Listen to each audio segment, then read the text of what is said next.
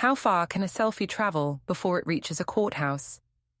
What happens when a wife calls it just a kiss for the camera, and a quiet husband answers with order, witnesses, and daylight?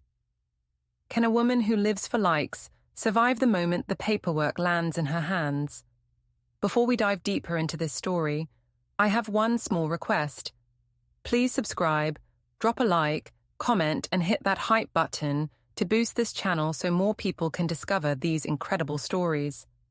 I'm Ianthe Crowell, and I swear it was just a joke, just one photo meant to make my friends laugh. We were at the club, the lights were flashing, and everyone was taking pictures. Nico leaned in, I puckered up, and someone shouted for a selfie. I kissed him, laughed, and posted it before I even thought twice. I wrote, "When your husband's too busy, improvise." It was supposed to be funny. By the time I got home, the post had hundreds of likes. My friends commented fire emojis, laughing faces, hearts. I felt powerful, adored. When Daniel saw it, he didn't yell. He just looked at me, silent, like I was something fragile he'd accidentally touched. I told him not to overreact, that it was harmless, that he was being insecure. He said quietly, "You don't even hear yourself anymore." The next day, he left early. He started keeping notes on his phone, making late-night calls with his headphones in. I thought he was sulking. I didn't realize he was collecting. Every caption, every comment, every little performance, I thought they made me bold. I didn't know they were evidence.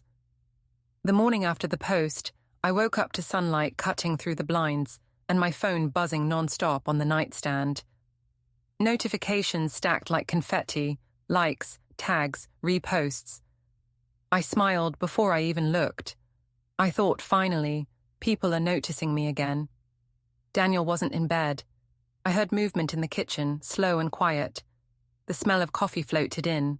I stretched, grabbed my phone, and opened the app. The selfie was still there. Me, in the middle of the club, pink lights on my face.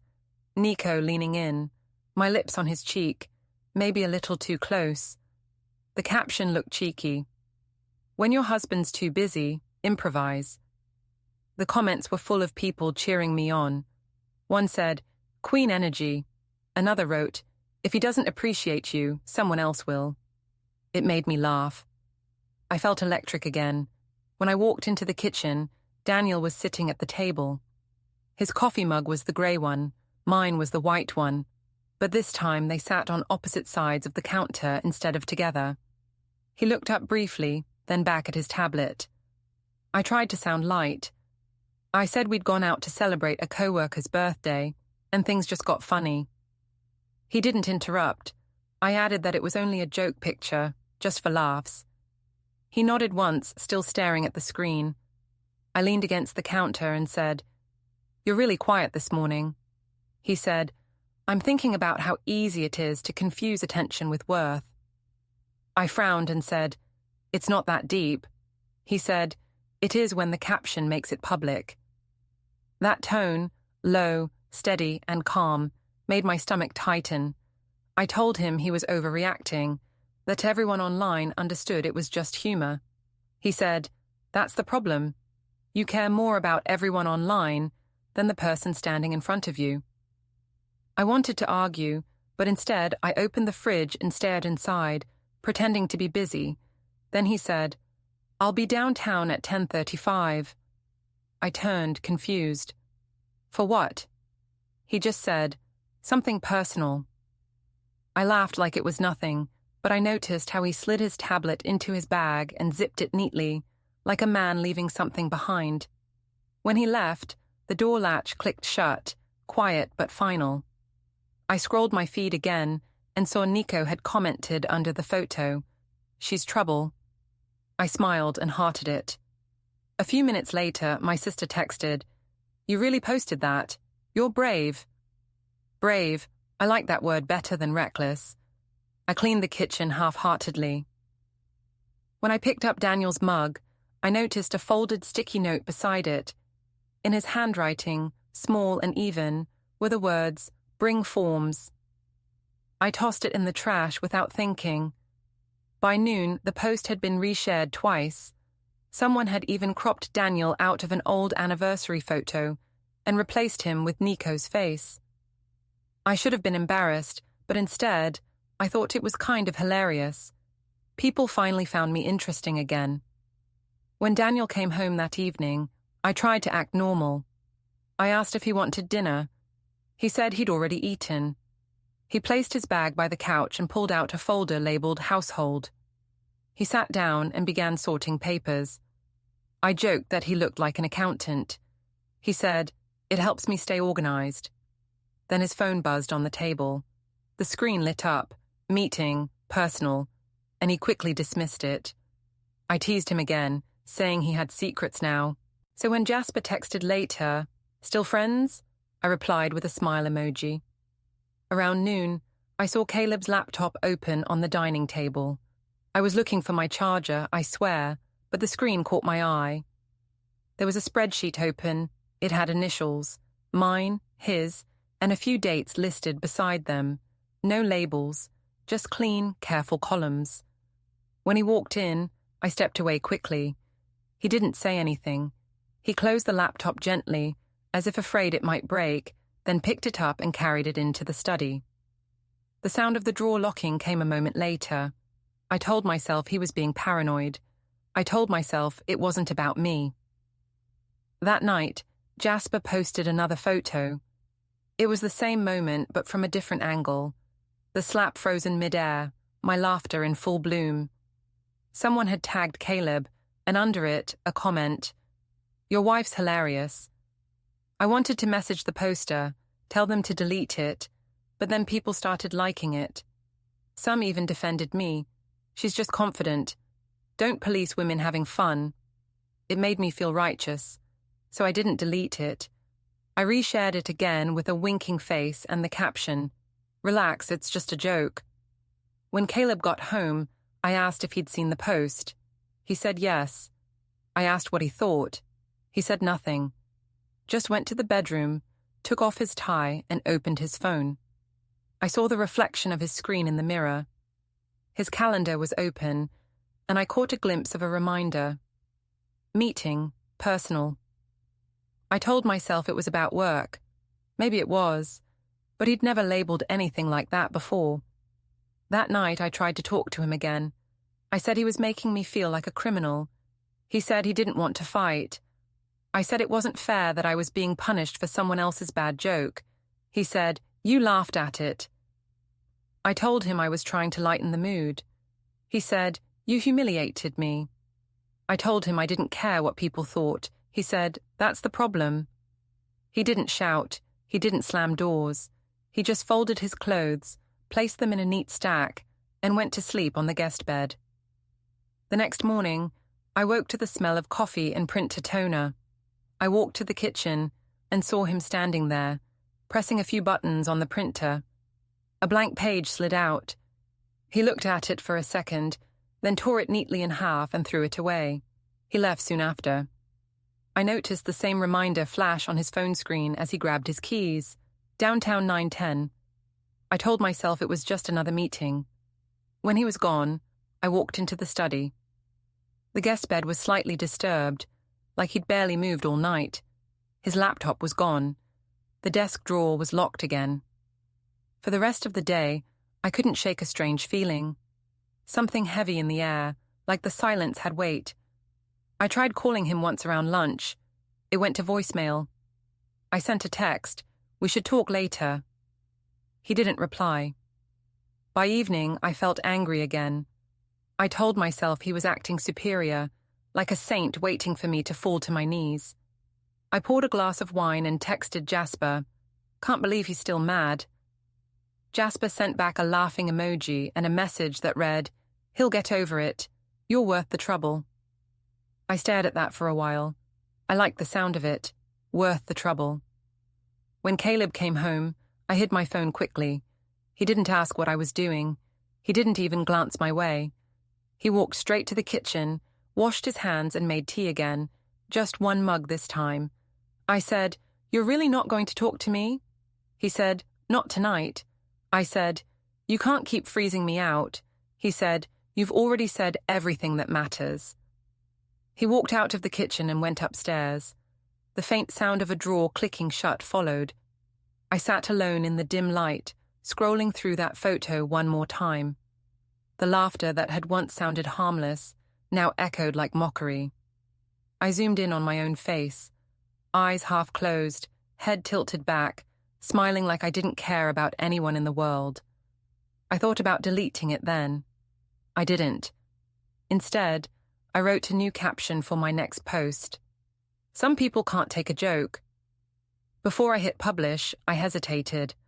My thumb hovered over the screen. Upstairs, I heard footsteps crossing the floor, then pausing outside the door. A moment later, his phone vibrated softly, a sound that didn't belong to any app I recognized. When I looked down, my own phone lit up with a new message preview from Jasper. "You around tonight?" The screen faded to black. The house went silent again. The next morning, I pretended everything was fine. I made breakfast like nothing had happened. Eggs, toast, coffee, even a small bowl of fruit, like I used to when things between us were new. Caleb came down already dressed, hair still damp from the shower. He didn't look angry, just tired in that deep, settled way that comes from giving up on arguing. I said he looked nice. He said thanks. I told him I wanted to talk about last night.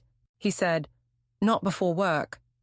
I asked if we could talk after, and he said, "We'll see." His tone wasn't cruel, but it was colder than silence. As he left, I noticed the calendar alert on his phone again. Downtown, 9:10 a.m. He turned the screen over when he caught me looking. I smiled like it didn't bother me, but it did. Why downtown? He worked at the school on the north side. I thought maybe he was just running errands, maybe buying something or meeting a friend. Still, the fact that I didn't know, and that he didn't tell me, made my stomach twist. I spent the morning scrolling through my phone, pretending to work. The photo of the playful slap was still spreading.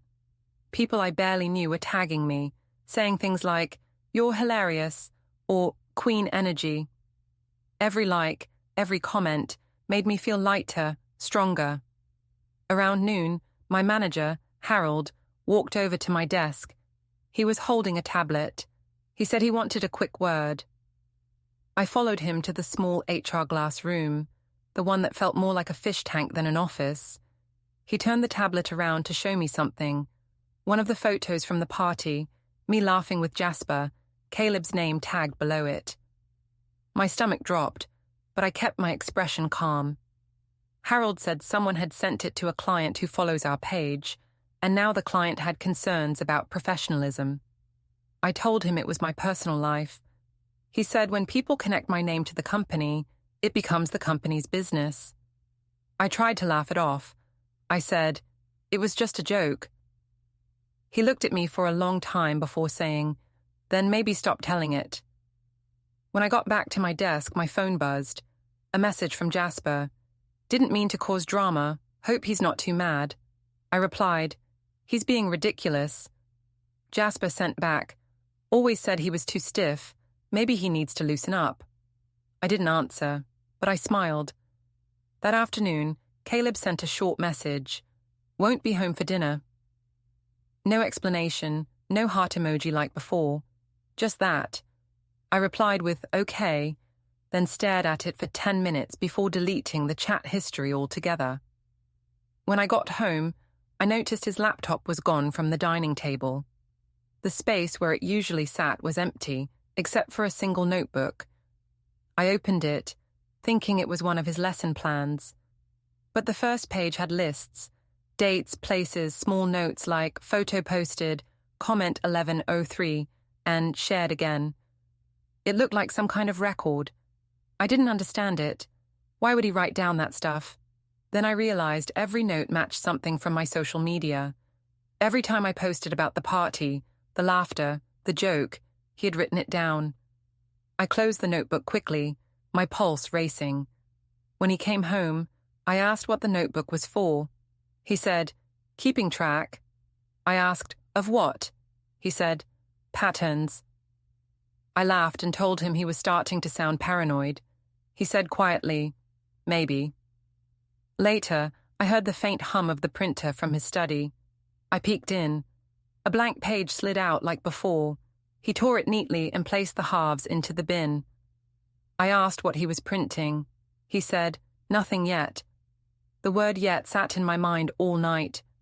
The next morning, I overslept. When I woke up, he was gone again. His mug was washed, mine was not. The sticky note I'd left on the fridge, "Call plumber," was gone too, replaced by another in his careful handwriting. "Meeting, personal, back late." The words made me uneasy. At work, I tried to ignore the tension. I laughed louder than usual, chatted with co-workers about nonsense, pretended to be busy.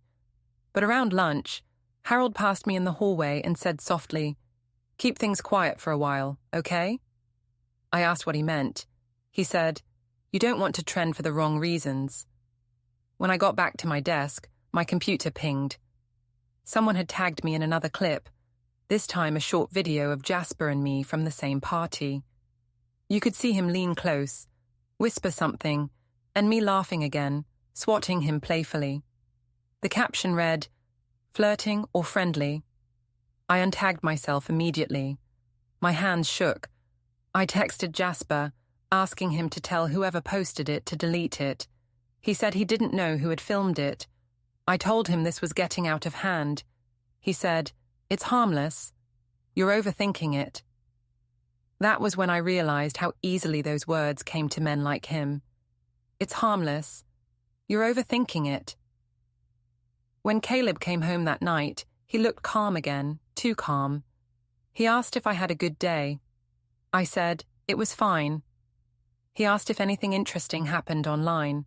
I said, no. He nodded once, poured himself water, and went upstairs. I followed him after a while, trying to lighten the air. I said I was thinking of inviting Jasper over, maybe to clear things up, show there was no tension. Caleb turned slowly. No, he said. Just that. I said, why not? Don't you trust me? He said, I don't trust his respect for me. I told him he was making assumptions. Then he locked the drawer. The click sounded louder than anything else in the room. I asked what that was. He said, archive. I said, archive of what? He said, truth. I didn't have a comeback. Later that night, I tried to make peace. I went to the guest room door and knocked. I said we could talk. He didn't answer. I heard faint typing, then silence. After a minute, I turned the knob. Locked. From behind the door came a soft mechanical noise, the printer again, and then a single beep. I whispered, Daniel? No reply. The next morning, when I walked into the kitchen, there was a sticky note by my coffee mug. Meeting. Personal, 10:35 a.m. The same time again. Always the same. I took a photo of it on my phone, intending to show my mother later as proof of how paranoid he was getting. Before I left for work, I checked his bag out of curiosity. Inside were neatly stacked binders, each with a label: home, auto, bank, and one that said utilities, thicker than the rest. At the very bottom of the stack, taped under a folder, was another small USB drive. I stood there for a second, frozen, then zipped the bag back up. When I left the apartment, I glanced back at the door. It was still slightly open, as if he'd been watching me leave earlier than I realized. That night, when I returned, the binders were gone from the table. Only the faint smell of printer toner lingered in the air. My phone buzzed again. Nico, of course. Drinks later? I didn't answer. For the first time, the thought of another picture didn't feel exciting. It felt dangerous. As I set my phone down, a sound came from the hallway, Daniel's key turning in the lock. He walked in, quiet and steady, holding a new folder labeled Statement. He placed it on the counter, met my eyes and said, You'll understand soon. Then he turned and walked toward the guest room. The door clicked shut, and I swear I heard the faint hum of the shredder start up again. 3 days passed without much being said between us. Daniel had grown impossibly quiet, but not in the usual sulking way. It was a collected silence, one that made me feel like I was the only one still living in the argument. He moved around the apartment with purpose, measuring, sorting, writing. Every drawer he opened, he closed with a careful click, as if sealing something away. Meanwhile, I kept doubling down online. I told myself that the more people praised me, the more right I was. The post had slowed down, but still gathered new comments daily. One read, "She's goals. Some of us are just brave enough to live." I liked it, pinned it even. It made me feel untouchable. At work, Maddie told me she'd overheard Daniel's name mentioned in the break room. Apparently, someone had seen him outside a legal office downtown. I laughed it off, said he was probably helping a client or filing something for work, but deep down, something knotted in my stomach. When I got home that evening, he was at the kitchen table again, laptop open, earphones in, the soft hum of the printer steady behind him. I said, "You're going to wear that printer out." He looked up, expression calm, and said, "You'd be surprised what breaks first." I scoffed and opened the fridge. I said he'd been acting strange ever since the photo, that it wasn't healthy to hold grudges. He said, "You think this is about a photo?" I said, "It is about a photo. You're punishing me for a joke." He said, "No, I'm preparing for what happens when jokes become evidence." The word evidence made me pause. I asked what that meant, but he just unplugged his earphones and said, "You wouldn't understand." I told him he was being cruel. He said, "Cruelty is pretending you didn't mean what you said." I stormed off, saying he'd regret pushing me away. He said softly, "I already do." That night, I couldn't sleep again. I scrolled through my notifications until nearly 3 a.m. Someone had tagged me in a post, a screenshot of my selfie with a caption reading, "Imagine being married and posting this." The comments underneath were split, some defending me, others calling me names I didn't want to read. I deleted the tag, but not the photo. Deleting it would look like guilt, and I wasn't guilty. I told myself that over and over. In the morning, Daniel left early again. I heard the front door close while it was still dark. His mug was gone from the counter, but mine remained, cold coffee at the bottom. I went to his desk to find a pen and noticed a clean folder labeled Archive B beside his laptop. It was closed, but the faint outline of printed photos showed through the cover. I reached out, lifted the corner. Inside were screenshots, my Instagram page, the caption, the comments. I dropped it like it burned. When he came home that evening, I pretended I hadn't seen anything. I asked if he wanted to watch a movie. He said he had work. I told him he was always working lately, even on weekends. "But it's proof." I said, "Of what?" He said, "That you'd rather humiliate me than admit you're wrong." I told him he was twisting things, that I couldn't even have fun without being accused of something. He said nothing, just closed his book and walked past me to the guest room. The faint click of the door locking behind him made my skin crawl. I poured a glass of water just to do something. When I opened the fridge, a new sticky note was on the door. "Downtown, 10:40 a.m. Bring forms." His handwriting again. I pulled it off and crumpled it in my fist.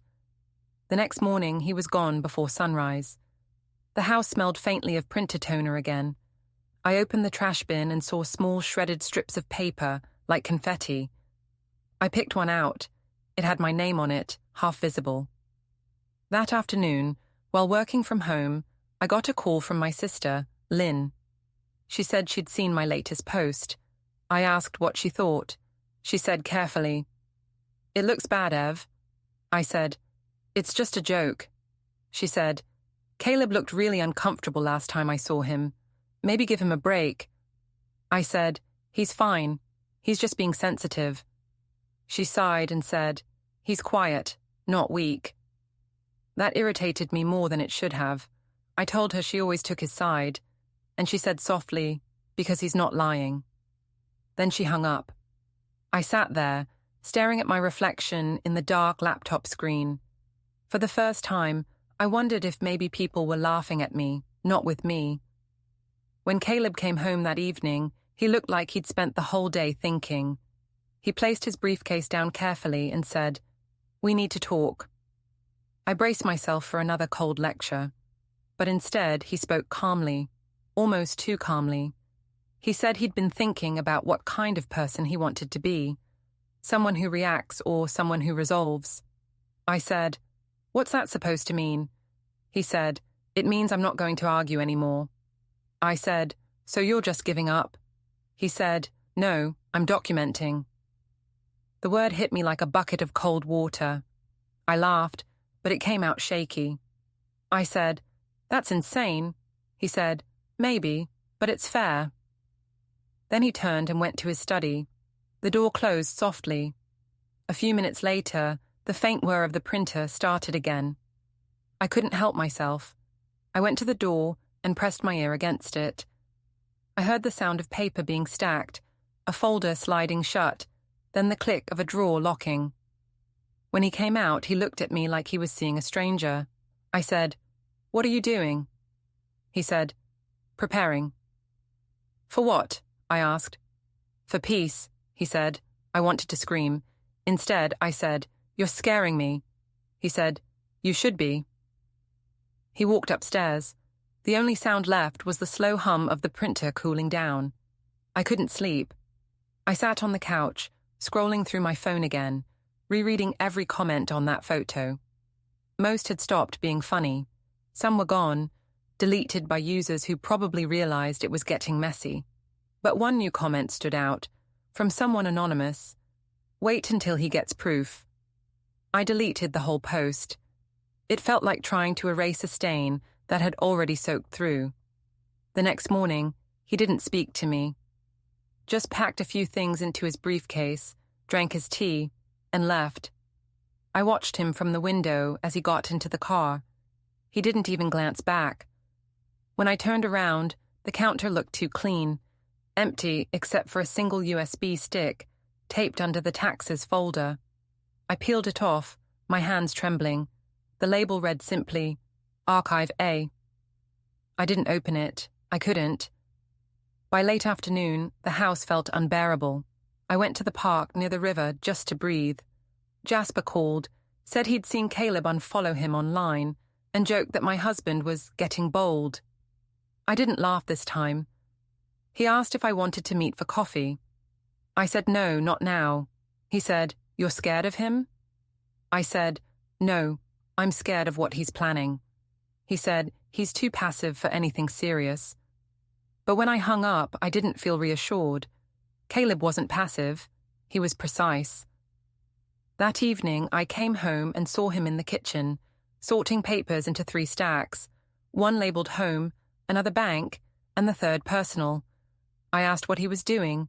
He said, "Cleaning up." I said, "This looks obsessive." He said, "It's clarity." Then he looked at me, and I swear his voice was almost kind when he said, "You've turned everything into a joke, Evaden. But this isn't funny anymore." I said, "So what? You're just going to throw away our life?" He said, "Not throw. File." He placed one of the folders into his bag and left the room. I stood there shaking as the sound of the door latch clicked behind him.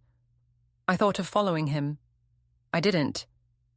Instead, I poured myself a drink, sat down at the table, and scrolled through my messages again. Jasper had sent another one. "Want to talk tonight?" Before I could reply, I heard the soft hum of the shredder from upstairs. As I sat at the table staring at my phone, a notification appeared.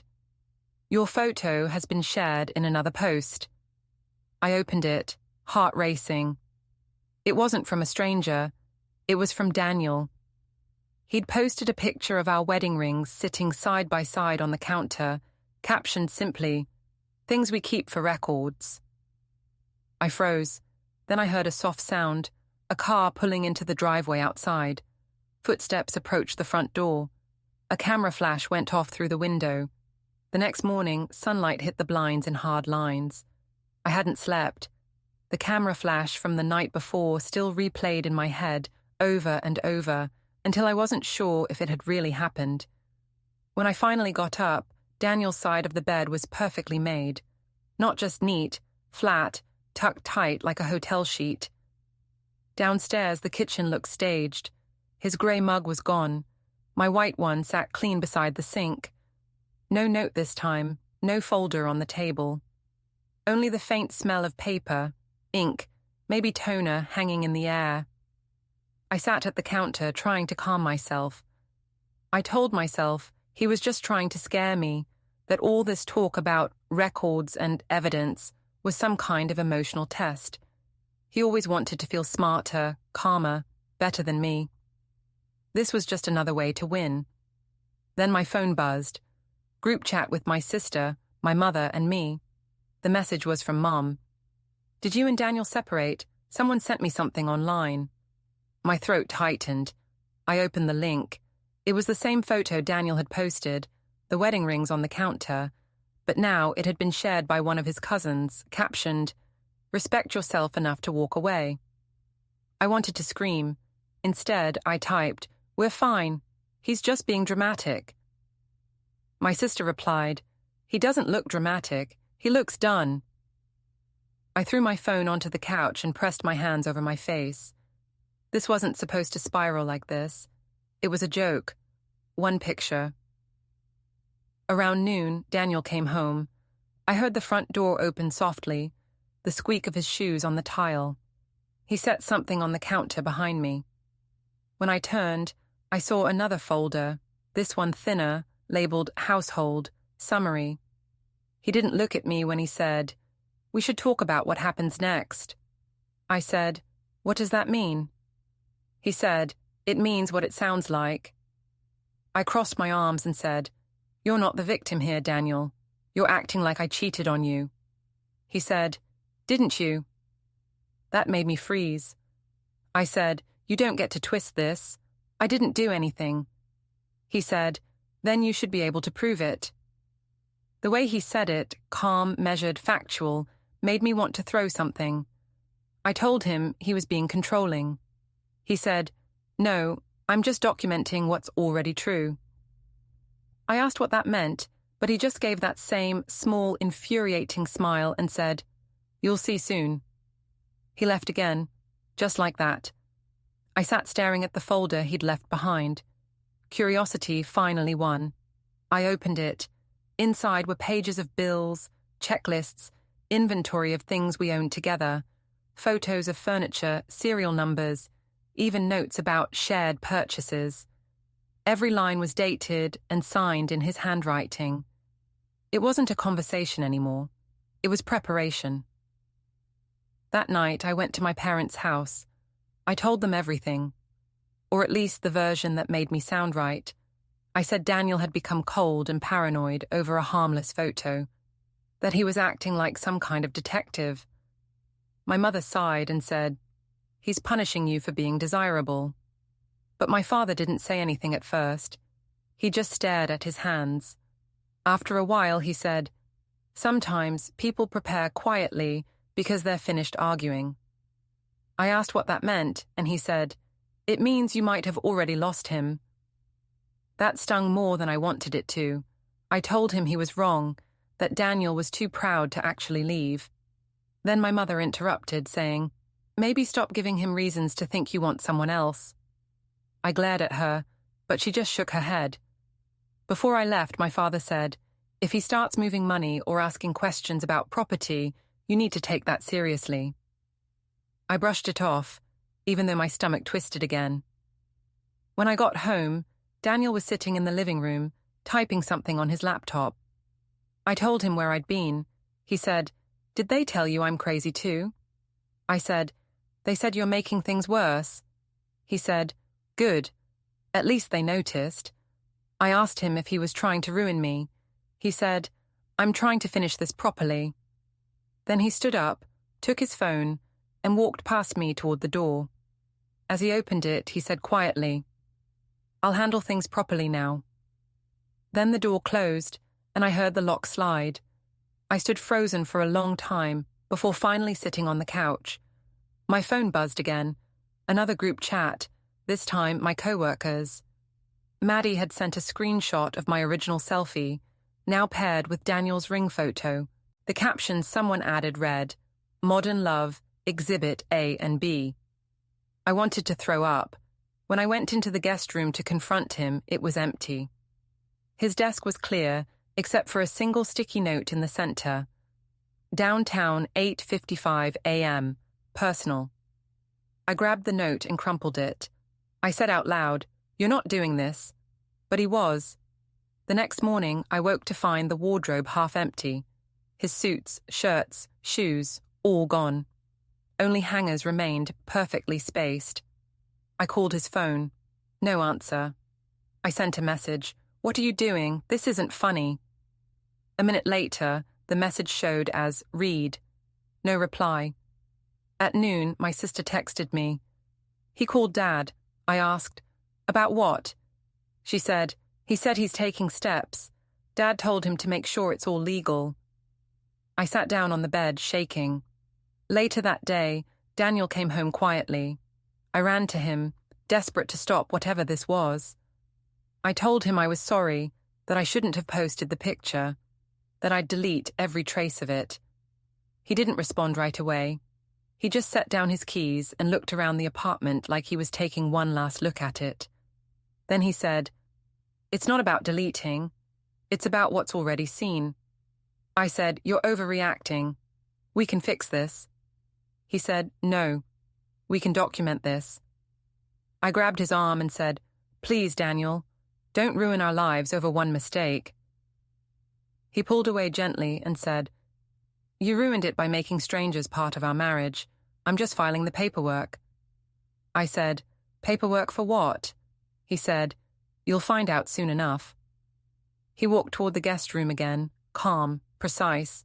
I followed him and said, "You can't just end this without talking to me."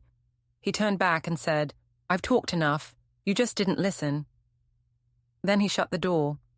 I sat outside the door, listening to the hum of the printer, the faint beeping of scanned pages, the sound of papers sliding into a folder.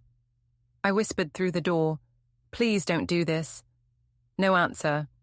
When the sound stopped, the house fell into a heavy silence. Hours later, he came out, fully dressed, holding his briefcase. He said, "I'm leaving for a while.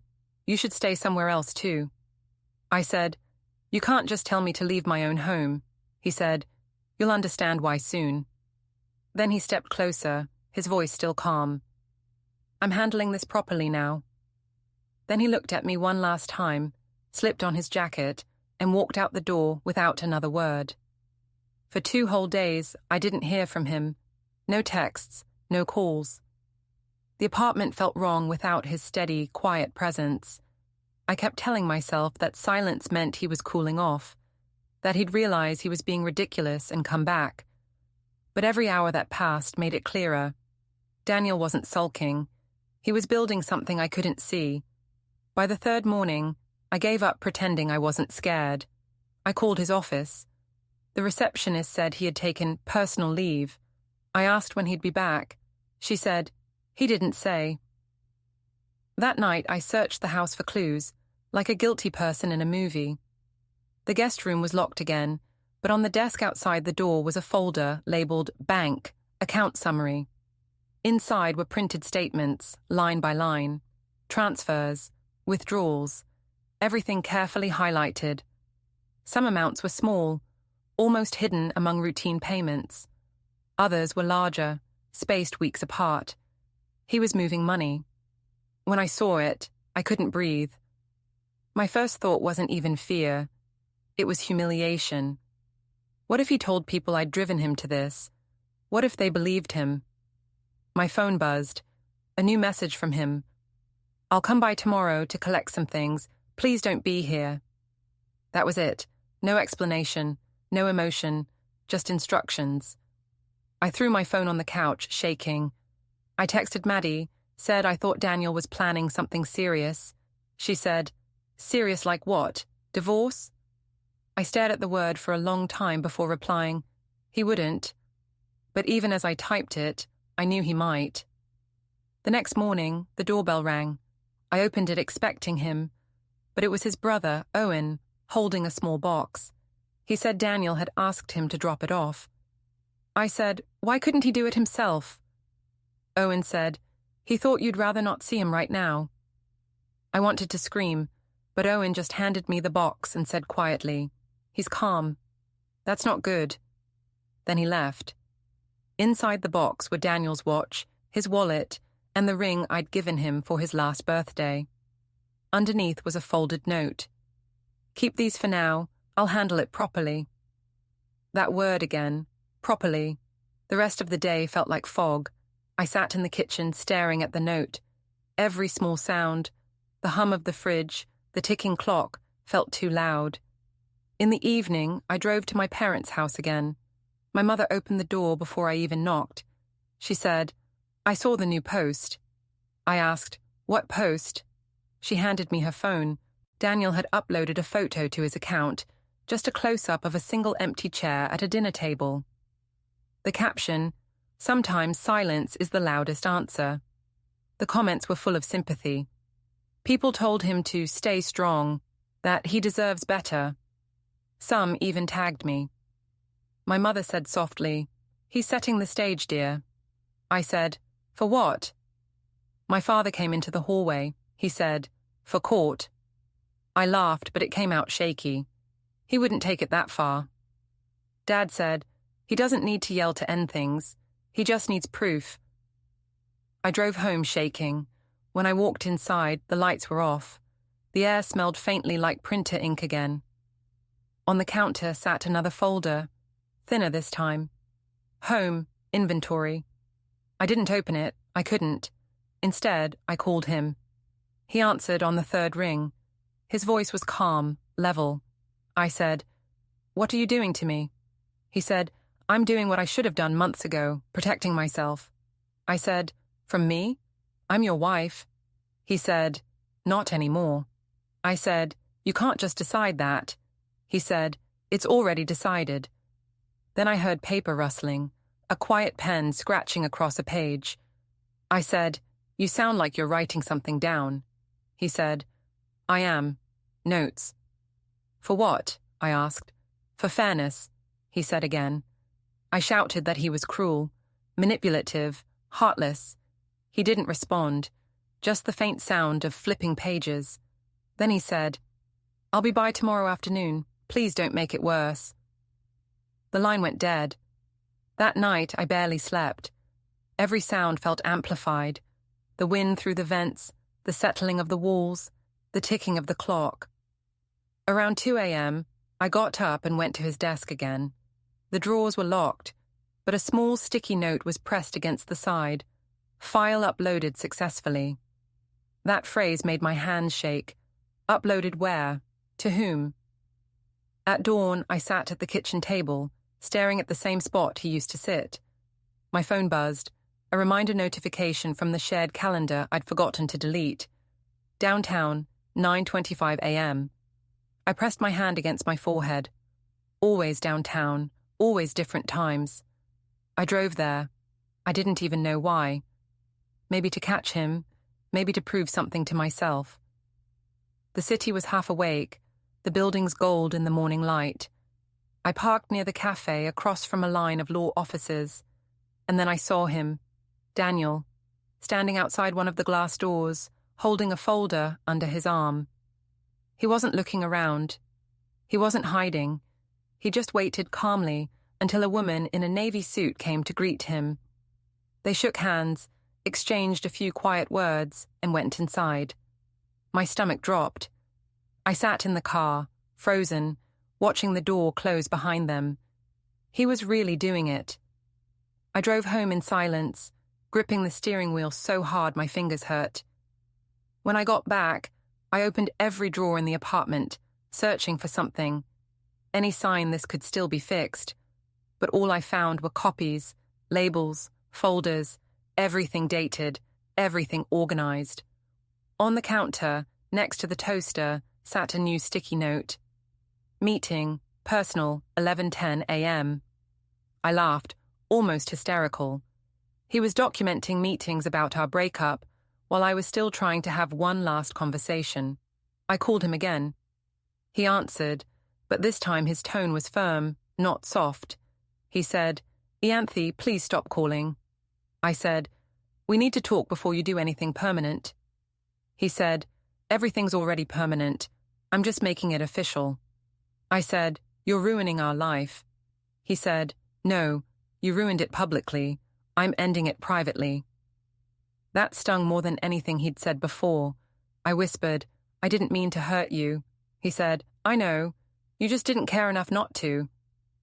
Silence stretched on the line. Then he said, "You'll get what you need soon. Please don't be here when I arrive." Before hanging up, he added quietly, "I'll handle it properly." That was the moment I knew. It wasn't a threat. It was a conclusion. He was done. He showed up the next afternoon, exactly when he said he would. I heard the car door close, the sound of steady footsteps up the driveway. I thought maybe he'd changed his mind. Maybe all those folders and meetings were just empty gestures to scare me. But when I opened the door, he wasn't alone. A man in a grey suit stood beside him, holding an envelope. Daniel didn't look angry, just composed, almost relieved. The man asked my full name, confirmed it, then handed me the papers. His tone was polite. "You've been served." I stared down at the envelope. My name printed neatly on the front. Inside, the first line read, "Petition for divorce, temporary financial and possession orders pending hearing." I looked up at Daniel. My voice cracked when I said, "You really went this far?" He said, "You made everything public. I'm keeping this private." I said, "You can't humiliate me like this." He said, "No, Ianthe. You did that yourself." People passing on the sidewalk slowed to glance at us. He handed me the envelope and said, "You've been served." For a moment, the words didn't make sense. I stared at the envelope, heavy in my hands.